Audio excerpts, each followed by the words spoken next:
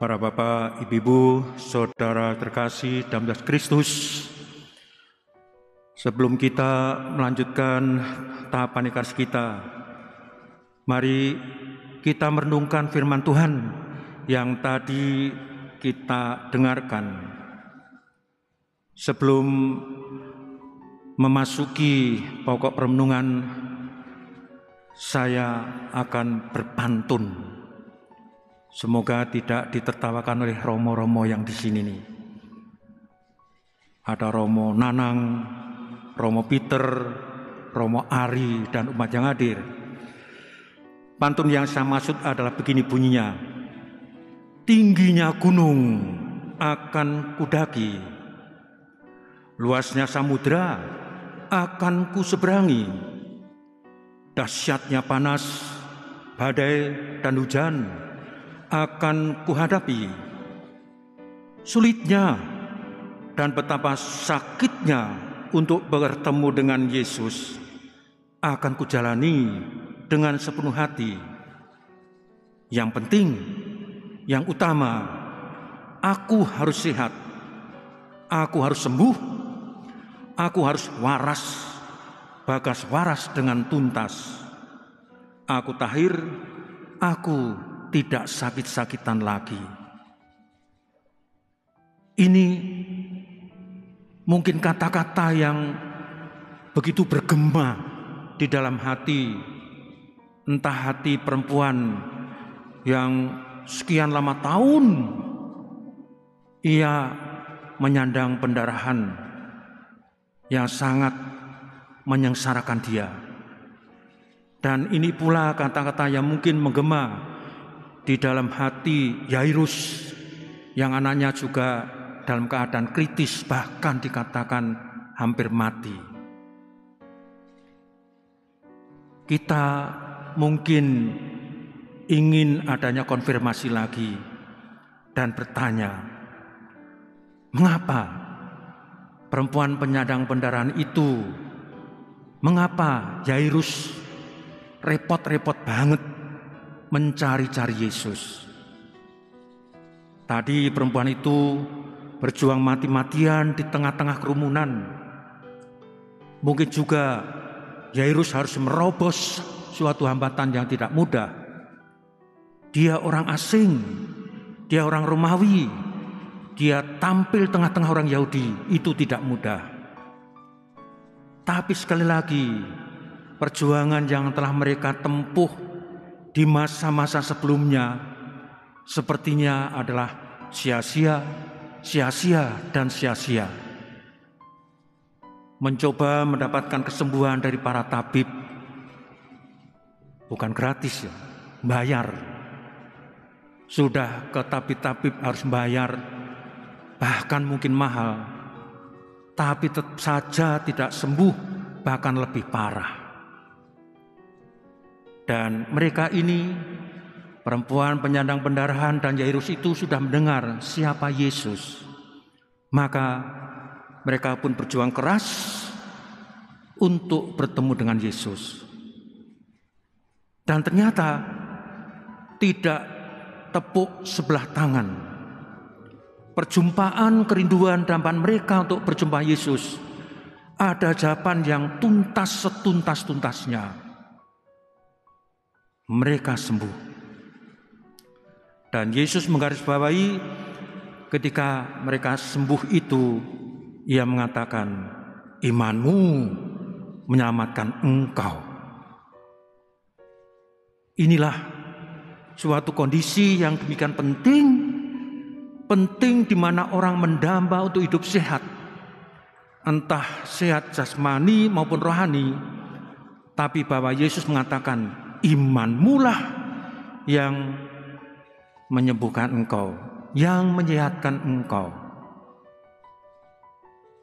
Ini yang kita dengar dari kisah dalam Injil, di mana orang yang menyandang pendarahan sekian banyak tahun dan anaknya Yairus tadi sembuh. Lalu bagaimana dengan kehidupan kita di zaman sekarang? Di zaman sekarang ini, gereja juga memperhatikan bukan yang memperhatikan, sangat-sangat memperhatikan orang sakit. Itu, gereja ini menghadirkan Yesus yang menyembuhkan orang sakit, dan kini gereja dengan keberadaannya, gereja memperhatikan orang-orang sakit. Maka jangan heran bahwa di berbagai paroki, di berbagai kota, kita menemukan yang namanya klinik, kita menemukan yang namanya Balkesmas, Balai Kesehatan Masyarakat, kita juga menemukan sejenis puskesmas atau rumah sakit, dari rumah sakit yang sederhana sampai rumah sakit yang kelas wahid, yang berangkat oleh semangat kegerejaan. Entah itu milik keuskupan, entah itu yang dikelola oleh para biarawan biarawati yang bekerja di keuskupan itu.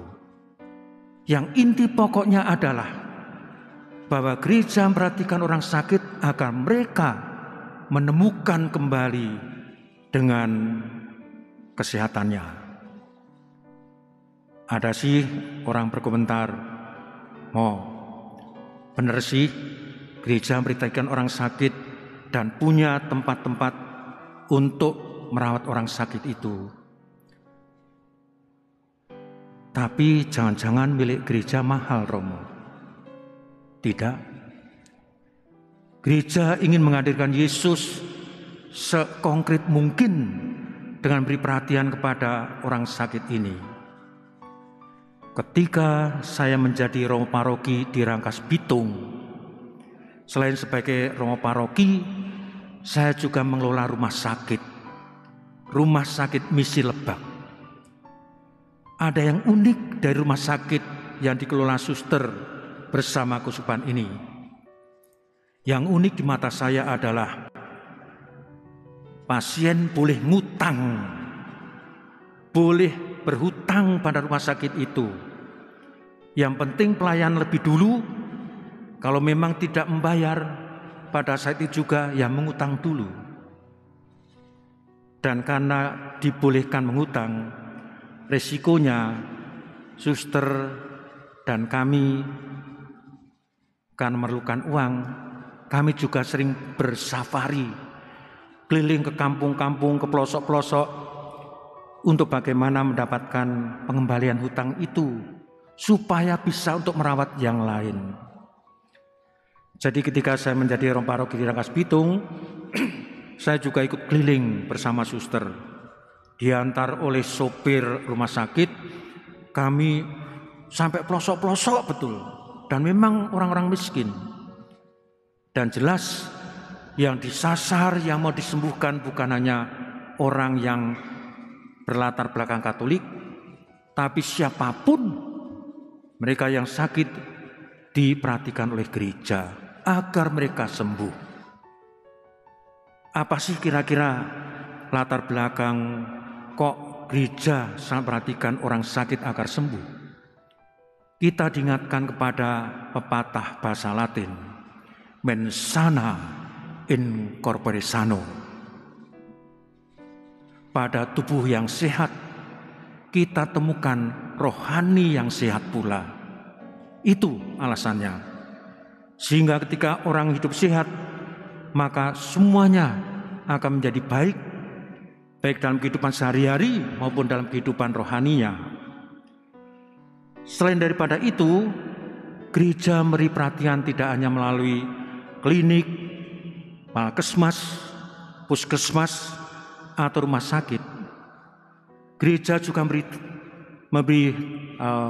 memberi perhatian kepada orang sakit melalui yang namanya viatikum. Viatikum menghadirkan komunik kudus kepada mereka yang sakit. Entah itu yang di ruang-ruang rumah sakit, entah itu yang di rumah mereka masing-masing. Untuk apa ini, mau? Ya, supaya mereka punya kekuatan. Tubuh Yesus komunis suci viatikum itu sendiri yang membuat orang tetap beriman, tetap berpengharapan, syukur kembali mendapat kesembuhannya secara sempurna. Gereja beri perhatian orang sakit melalui viatikum. Tidak hanya itu, ada benteng terakhir untuk beri perhatian orang sakit. Gereja memberikan perminyakan bagi orang sakit, memberi urapan bagi mereka yang sudah dalam keadaan kritis atau mereka yang dalam keadaan menghadapi maut. Gereja beri perhatian itu. Demikianlah sekonkret mungkin kita melihat kembali untuk meniru pejuang keras, perempuan penyandang pendarahan tadi dan juga prajurit Yairus yang mengupayakan kesehatan itu. Orang mengatakan begini, yang membuat bahagia bukanlah apapun yang bisa kita beli. Yang membuat bahagia adalah kesehatan yang bisa kita tabung dari hari ke hari. Tuhan memberkati.